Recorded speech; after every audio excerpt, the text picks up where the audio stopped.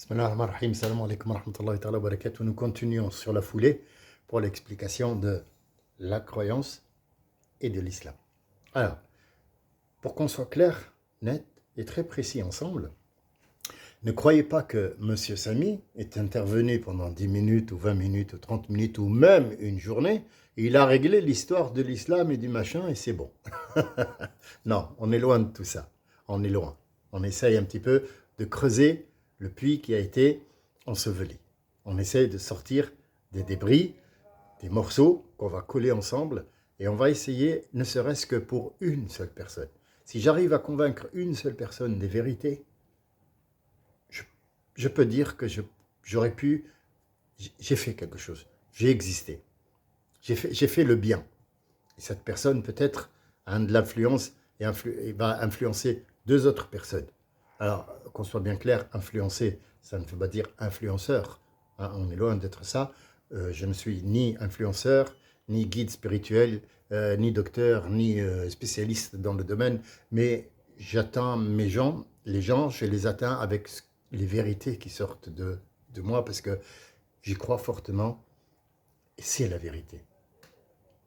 Nous avons parlé de l'islam, nous avons parlé de la croyance.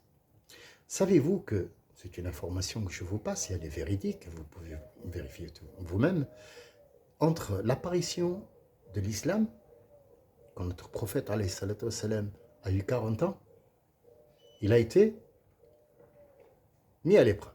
Allez, maintenant, c'est l'heure de sortir les vérités, maintenant c'est l'heure du changement au travail. Jusqu'à 13 ans, il a eu pour devoir de faire comprendre et de bâtir cette croyance, cet islam, de sortir des ténèbres pour aller à la vérité. 13 ans. Après 13 ans, il a été rappelé pour faire son voyage nocturne, que nous connaissons tous. La plupart d'entre vous la connaissent, mais bon, malheureusement, pour certains, n'ont qu'une vague impression d'avoir entendu quelque chose. Et on y reviendra un de ces jours, si Dieu le veut et si je suis encore en vie. Je vous en parlerai de son voyage nocturne qui a été d'abord terrestre et puis après, il a été vers les cieux pour voir son Dieu et pour nous rapporter les 5 prières et ce qu'on appelle maintenant les bases de l'islam, qui n'ont rien à voir avec l'islam, mais ce sont des bases, ce sont des devoirs qu'on doit faire pour garder la communication entre nous et Dieu. Donc, la première des choses, c'est l'islam et la croyance. Ce sont les deux témoignages. Il faut témoigner que Dieu existe, et donc il faut avoir une certaine continuité avec lui. Ça veut dire une connexion. Là maintenant, quand je parle avec vous, ce que je dis là, c'est enregistré. C'est un enregistrement. Peut-être que je l'ai enregistré à un certain moment. Ne serait-ce qu'une minute, il est déjà passé. Il fait partie du passé. Donc, il a existé dans un certain temps. Mais avec la technologie, on a une connexion qui nous connecte à ça. Ça veut dire qu'on peut être connecté au passé, au présent et au futur. C'est une connexion. Cette connexion, elle existe entre toi et Dieu.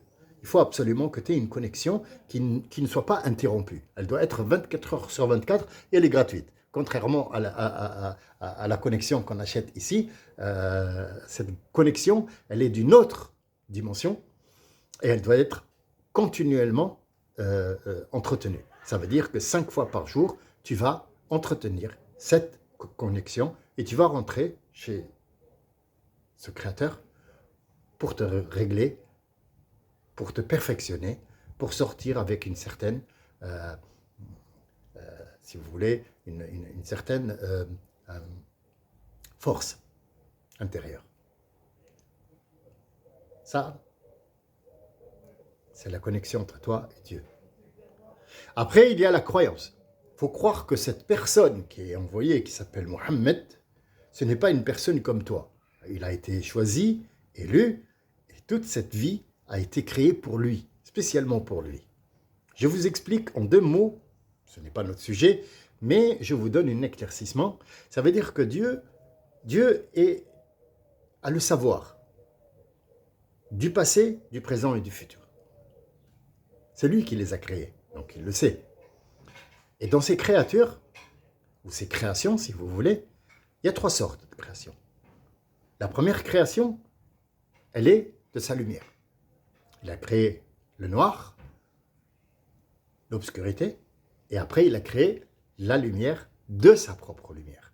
Donc en fait, les scientifiques maintenant, ils vous disent « Ah, il y a une matière noire sur laquelle on peut voir la matière grise et la matière machin. » Ça ne vient qu'en renforcer l'idée et ça leur donne au moins si vous voulez, une certaine véridité. Après, de sa lumière, elle a créé les anges. Les anges, ils sont là pour exécuter les ordres, point. Ils n'ont aucun cerveau, ils ne réfléchissent pas, ils sont là pour exécuter les ordres. Ils sont créés de lumière. Ils n'ont pas de sexe. Ce n'est ni féminin ni masculin. Ils n'ont pas de sexe.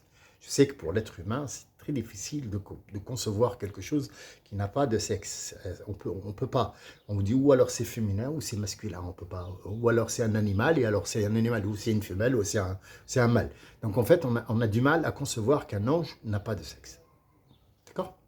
Après, il y a eu de cette lumière et de cette explosion, de ce feu, ce Big Bang qu'on appelle, il y a eu le feu. De ce feu, de cette chaleur, et non pas du feu lui-même, mais de la chaleur du feu, cette chaleur du feu, du soufre, si vous voulez. Elle a dégagé un soufre. De ce soufre, il a créé les djinns, les créatures qui vont habiter sur Terre avant l'être humain. Puis après, la Terre va se constituer.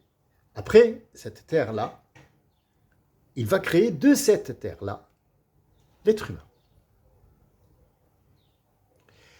Ces 3 créations, il y a le meilleur et le pire. De sa lumière, il a vu la meilleure, la base de sa lumière, il en a créé l'ange Gabriel qui sera son messager vers les messagers qui vont être envoyés sur Terre. Et de ce feu, de ce soufre, il a créé la plus misérable des misérables. Il a créé la plus sombre et la plus démoniaque créature qui s'appelle Satan. Ash-Shaytan. Satan en arabe, c'est Ash-Shaytan, mais ce n'est pas son nom. Son vrai nom, c'est Iblis. Shaytan, ça veut dire hors la loi en arabe littéraire. Shaytan, Satan, ça veut dire hors la loi. Il faut le savoir. Et de la terre, il a vu que la crème de cette terre, c'était Mohammed sallallahu alayhi wa sallam. Et il va le choisir. Et il va programmer son envoi dans une époque bien précise, dans un endroit bien précis, pour faire régner son règne qui a toujours été et qui le restera tout le temps. Donc, en fait, moi, je ne fais que survoler des informations qui peuvent avoir une autre dimension où on pourra passer des heures et des heures à parler de tout ça. C'est magnifique, c'est magique, c'est beau, mais ce n'est pas le but. Le but, c'est comprendre les bases qu'on doit avoir et démentir quelques petites amalgames et des petites informations qui sont erronées et qui sont venues nous pourrir la vie. C'est ça le but. Il n'y a pas d'autre but.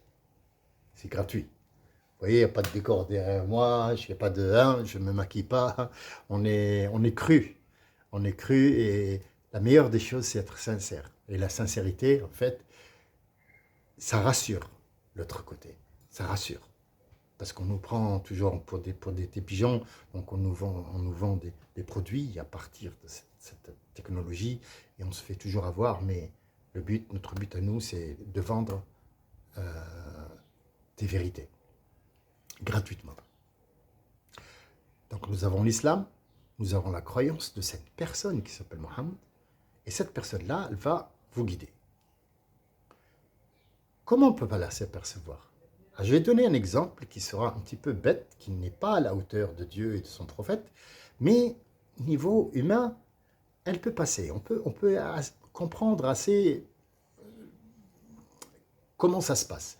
Vous avez par exemple, je ne peux pas donner cet exemple sur Dieu, je vous le répète, c'est juste pour que vous compreniez l'image. Je vais vous donner une petite image. Vous avez un transformateur d'électricité qui prend, où il y a des milliers de voltages, 5000 volts, 20 000 volts, 250 milliards de volts. On ne peut pas brancher une prise directement. Il faut un condensateur qui va faire baisser il va la transformer, puis après un transformateur, et puis après un petit transformateur pour pouvoir brancher le téléphone pour qu'il ne crame pas, parce que c'est 1 volt, on ne peut pas le charger avec 350 000 volts. Donc c'est ce qui se passe, c'est que Dieu passe l'information à l'ange Gabriel qui peut supporter ça. L'ange Gabriel, là, un petit peu, la rafraîchit, et puis après, il la passe à Mohammed, sallallahu alayhi wa sallam, qui a la capacité de l'avoir, et puis après, il la passe à ses copains et à ses compagnons, surtout, ses compagnons, qui vont un petit peu la faciliter pour que les imams le donnent à des gens qui n'ont pas la capacité de prendre tout ce voltage. Donc, ils ont juste 1 voltage, 2 voltages. Il y en a qui ont 12 volts, l'autre 13 volts, l'autre 320 volts, ça dépend. Mais la plupart des gens, ça se passe comme ça.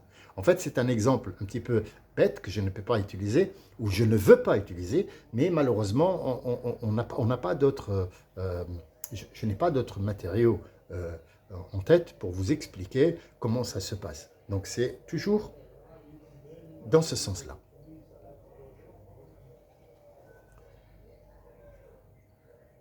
Après, quand vous êtes musulman croyant, vous êtes obligé d'accepter le contrat. Bien sûr, c'est un contrat. Le mariage, c'est un contrat. Être musulman, c'est un contrat. Être croyant, c'est un contrat. Ouvrir une entreprise, c'est un contrat. C'est un accord. C'est comme un accord. Voilà. Moi, je vous propose, si vous voulez être musulman croyant, je vous propose 5 choses. La première, c'est témoigner de votre islam envers Dieu. Après, de votre croyance envers Dieu et son prophète, et ses prophètes, et ses anges, et le paradis et l'enfer. C'est ce qu'on appelle les témoignages. Puis après, la prière. Qu'est-ce que la prière? Qu'est-ce que c'est que cette prière? Est-ce que les Israéliens ont une prière? Les catholiques ont une prière? Oui. Mais la prière des musulmans est spéciale.